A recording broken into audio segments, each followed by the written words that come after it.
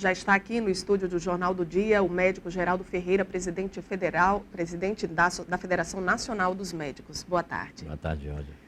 A federação, ela é favorável a esses processos que estão sendo encaminhados pelos conselhos, inclusive tem processos semelhantes dando entrada no país? Assim, a federação já reuniu os jurídicos de todos os sindicatos e estamos desenvolvendo também ações semelhantes. Uma ação civil pública no STJ, devemos estar preparando, logo que Joaquim Barbosa der uma resposta para a ação de inconstitucionalidade que o deputado Bolsonaro apresentou, também daremos uma entrada nessa ação. E, por último, os sindicatos regionais, se algum município receber esses médicos, ele será imediatamente acionado para contratar, porque a contratação é por bolsa, numa fraude jurídica escandalosa. O governo está contratando por bolsa, simulando que é ensino, quando, na verdade, esses médicos vão dar assistência à população. Então, nós vamos requerer imediatamente que o município proceda à contratação com todos os direitos trabalhistas desses médicos. Por que o programa Mais Médicos não é a solução para os problemas enfrentados no país na questão da saúde pública? Olha, porque o governo segue com improvisações, né? O governo, ele tem uma característica de resolver esses problemas através de bolsas. Só que, neste caso agora, ele quer usar a bolsa de uma forma fraudulenta, né? Enquanto nós recomendamos insistentemente, nós nos reunimos várias vezes com o ministro, faça um concurso público, contrate por carreira e um piso salarial adequado. Ele preferiu optar pela prática reinante no governo atual. Vamos dar uma bolsa. Mas para dar uma bolsa a um camarada que está na assistência, numa relação trabalhista, eles tiveram que montar uma fraude, fazer de conta que é uma relação de ensino. Ou seja, eu boto um preceptor, depois de 3 anos eu dou um certificado de que esse médico fez algum curso aí de especialização e assim a coisa vai funcionar. Então isso é uma fraude que se chama simulação jurídica. Então, no nosso entendimento, os tribunais devem derrubar o programa como um todo, porque não há uma argumentação técnica, nem há justiça no que é proposto no programa, exceto a realidade de que faltam médicos no serviço público, porque o governo não faz concurso, porque não oferece condições de trabalho. Falando sobre as condições de trabalho, que muito foi questionada, né, diante do programa da atração dos profissionais, mas que não houve uma política de incentivo, de melhorias na parte estrutural, nas unidades hospitalares. Qual a realidade hoje da saúde pública no Brasil em relação à infraestrutura? Olha, sofrida. Nós temos hoje um déficit de 400 mil leitos hospitalares. Você imagine o que é isso. É praticamente a rede existente.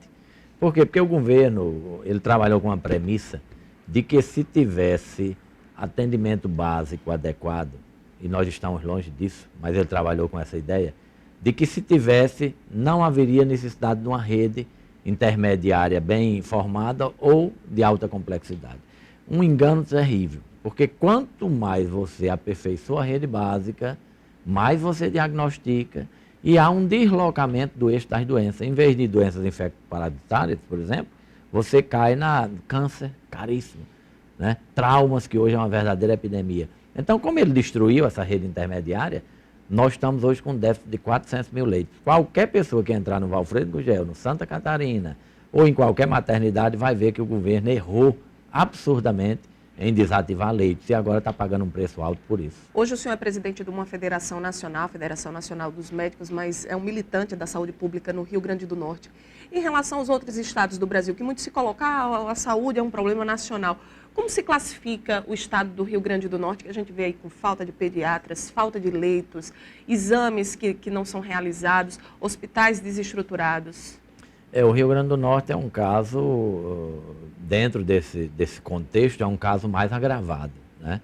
Nós notamos que aqui não há qualquer priorização para a área de saúde, nós notamos que se conversa muito e se faz pouco, essa é a realidade. Não há qualquer providência em termos de melhora da qualidade do atendimento prestado no Valfredo Gugel, não há qualquer perspectiva de ampliação de leitos, nós não vemos nada disso se processando. Os hospitais regionais, eles não completam as suas escalas, pelo contrário, a política do governo estadual é fechar 6 hospitais regionais, ou seja, transformar esses hospitais em ambulatórios municipais. Então, nós estamos na contramão da saúde. Nós estamos ainda piorando o que deveria melhorar. Então, eu não enxergo aqui no Rio Grande do Norte, nem no médio, nem no longo prazo, alguma solução para a área de saúde, porque as medidas não estão sendo tomadas. As que estão são fatalmente para piorar o que já existe hoje. Hoje, infelizmente, a discussão é sobre responsabilidade. Será a responsabilidade do município, do Estado, do governo federal? Com a implementação do SUS, do Sistema Único de Saúde, como é que os entes devem ser cobrados e devem prestar essa assistência à população? Tanto as prefeituras, o governo do Estado, quanto o governo federal? Olha, o maior responsável é o federal. Por quê? Porque ele repassou atribuições para estados e municípios e não repassou recursos. O governo tem caído ano a ano a sua participação na área de saúde, o federal. Enquanto que estados e municípios estão se adequando aos seus percentuais, de 12 e de 15, né, respectivamente, estado 12, municípios 15, o estado, o país, caiu do PIB de em torno de 4,5%, 5% para 3,5%, quando o ideal é que invista em torno de 8 a 10% do produto interno bruto. Então, existe, inclusive, uma emenda coletiva que estão recolhendo assinaturas, já tem 1.800.000, que nós apresentaremos com vistas a conseguirmos aprovar os 10% do orçamento bruto da União para a saúde. Então, a maior responsabilidade é federal, mas não isenta em absoluto o município nem o Estado, pelo desperdício de dinheiro público, pela corrupção. Muitas vezes nós vivemos nos últimos anos denúncias em todos os planos de malversação de recursos públicos, e nós temos uma carência muito grande de quadros administrativos, porque o que se paga a um secretário de saúde é tão insignificante que não se consegue atrair bons quadros. E quando o governo não tem uma liderança muito forte na sociedade, aí é que esses quadros se afastam. O senhor colocou que não vê uma solução a médio e a longo prazo do Rio Grande do Norte, no Rio Grande do Norte, que é uma colocação muito preocupante, porque as pessoas esperam por uma solução. Por onde passa a resolução dos problemas, não na sua totalidade, porque tantos problemas que o senhor colocou de corrupção, de má aplicação dos recursos públicos, seria muito difícil a gente falar em uma solução definitiva. Mas qual o caminho a trilhar, na opinião da Federação dos Médicos, dos conselhos e sindicatos, para conseguir uma saúde pelo menos digna para a população? Olha, primeiro precisaria inverter esta política do governo, né? A política do governo do Rio Grande do Norte hoje é de fechar unidades. Se nós já temos uma carência, como foi colocado aí, de 400.000 leitos no país, que no Rio Grande do Norte deve chegar perto de 10 ou 12.000 leitos, imagine se você fecha mais 6 hospitais. O que está, por enquanto, programado, uma nova maternidade para a Zona Norte, ou então um novo hospital geral para Natal, a gente não vê isso sair do papel, né? Então, enquanto não houver uma inversão no sentido, primeiro, de cobrar do governo federal recursos, porque essa política dos prefeitos de pedir mais médicos estrangeiros, que tem apoio, né, desse Conselho Nacional de Prefeitos, né, quando, na verdade, deveriam era cobrar recursos do governo federal para eles contratarem, aí eles vão ficar cada vez mais na mão do governo federal, que vai fazer o que quiser com essas prefeituras. Então, não vejo uma solução, nem no ângulo municipal, nem no ângulo estadual, porque no estadual a política é de fechar, né?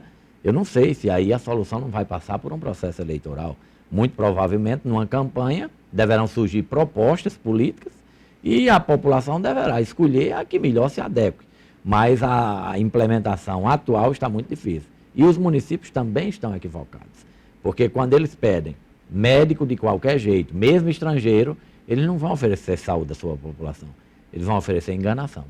Vimos recentemente uma atitude extrema dos profissionais médicos do Hospital Alfredo Gugel, que é a unidade de referência, a maior unidade hospitalar do Estado, que pediram exoneração dos cargos, médicos concursados, porque não teriam condições de atendimento à população. Como a federação se posiciona e pode intervir para que o médico não seja colocado em uma situação que ele não tenha os recursos mínimos para poder salvar aquele paciente? Nós já temos no Conselho, no nosso Código de Ética, inclusive ele é muito duro com os médicos nesse aspecto, de que se você trabalhar em condições inadequadas, você está sendo omisso. Então você tem a obrigação de denunciar. Então os sindicatos e os médicos têm denunciado continuamente e estamos pagando um preço por isso. Inclusive diante, às vezes, da sociedade, que não compreende essa onda de reivindicação quando a grande beneficiária é a própria sociedade. Mas nós estamos acompanhando com muita atenção, agora sabendo que se nós não aprovarmos uma melhor distribuição de verbas para a saúde, dificilmente nós vamos sair desse impasse. Doutor Geraldo, outras ações devem ser dadas entradas nesses próximos dias em relação ao programa Mais Médicos? Sim, é importante os prefeitos que pediram esses médicos saberem que nós vamos acionar as prefeituras para contratá-los. Porque a grande enganação desse programa do governo é a contratação por bolsa. Isso é uma fraude jurídica. É preciso que esse profissional tenha todos os direitos trabalhistas. Então, o ente a ser acionado vai ser a Prefeitura Municipal. Doutor Geraldo Ferreira, presidente da Federação Nacional dos Médicos, muito obrigada por sua entrevista no Jornal do Dia. Obrigado. Uma boa tarde.